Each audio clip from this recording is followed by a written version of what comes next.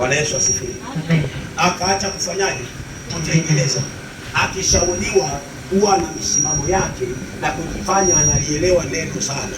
Ndio maana Biblia inasema neno linaua lakini roho anauisha. Kuna wakati roho anapotaka kukusaidia ili ukae vizuri na wewe ukashupaza shingo ukashindwa kusikiliza, huwa anakaa kimya.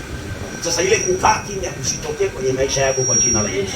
Roho Mtakatifu aendelee kusema na wewe ili aweze kukusaidia uwe salama. Maana Yesu anakuja kuchukua kanisa na anahitaji akute una sura ya utakatifu, tabia ya utakatifu, mwenendo wa utakatifu, mfano utakatifu.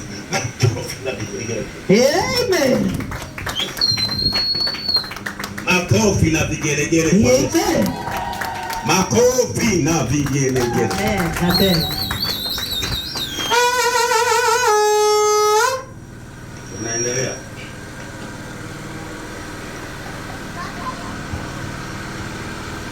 Sababu inayomfanya mwandishi wa waraka kwa Waebrania asisitize kwa habari ya kujali wokovu, anajua kabisa shetani makao yake ni wapi na watu wa namna gani wanavijua hivyo. Anatueleza kwa habari ya kujali. Sikiliza nikwambie, kipindi taifa la Israeli linaokolewa na kukombolewa kutoka katika utumwa wa nini wa Farao kwa kupitia mtumishi wake Musa, Biblia inasema walianza safari ya kwenda Kanaani. Walianza safari ya kwenda wapi? Kanaani. Lakini maisha yao na tabia zao kila siku zilikuwa ni tabia za kumkasirisha Mungu.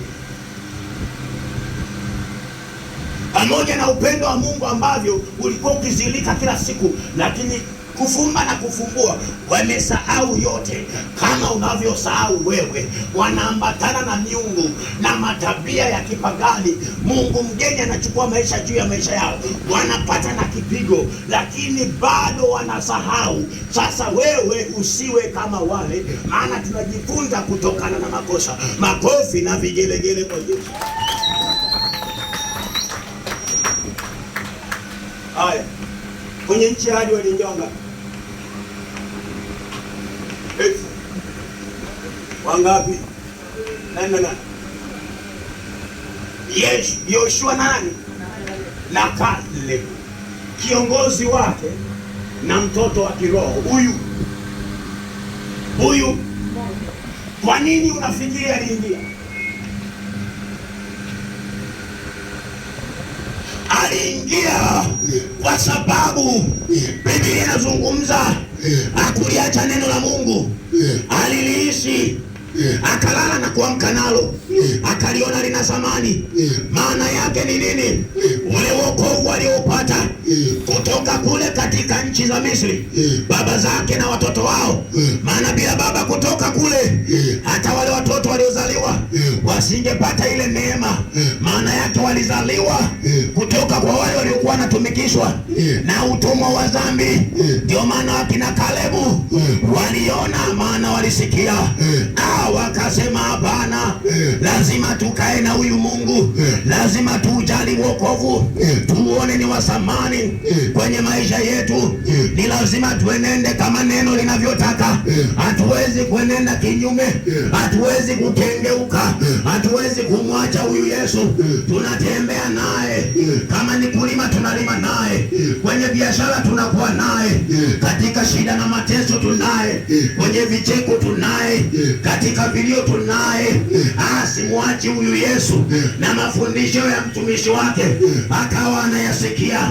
Ingia katika ile nchi ya ahadi. Nataka nizungumze na we mama, nataka nizungumze na we baba uliyekusanyika, binti na kijana, na watoto ndani ya kanisa muwe na masikio ya kusikia, ili muende kwenye nchi ya ahadi, maana tulipoahidiwa ni kwenda kumwona Mungu, na njia ni moja tu, hakuna njia nyingine.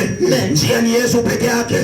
Anasema 14:6 kitabu cha Yohana Mtakatifu, mimi ndimi njia na kweli na uzima, mtu aje kwa Baba ila kwa njia ya mimi. Lakini hakuishi hapo, akaachilia wito wake, akaachilia sauti yake kwenye maisha ya kwako. Hata sasa anaachilia sauti ya kwake, anasema njoni mjifunze kwangu, mimi ni mpole na mnyenyekevu wa moyo, nanyi mtapata raha nafsini mwenu. Maana nafsi ni roho, roho haiwezi kuonja mauti, roho haiwezi kuonja jehanamu ya moto.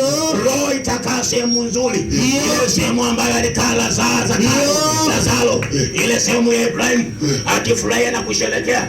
Lakini wale wasiojali wokovu, nataka nikwambie kuzimu na mateso iko juu ya maisha yako.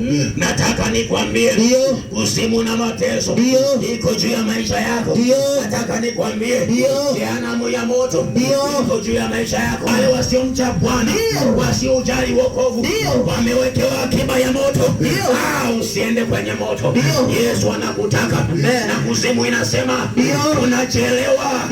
Ule moto unalipuka sasa, ule moto unakutaka sasa. Kimbie ule moto wa kujali wokovu, kusikiliza wokovu, kufuata wokovu na tabia za wokovu na matendo ya wokovu na sura ya wokovu. Wasiokoka wamwamini Bwana.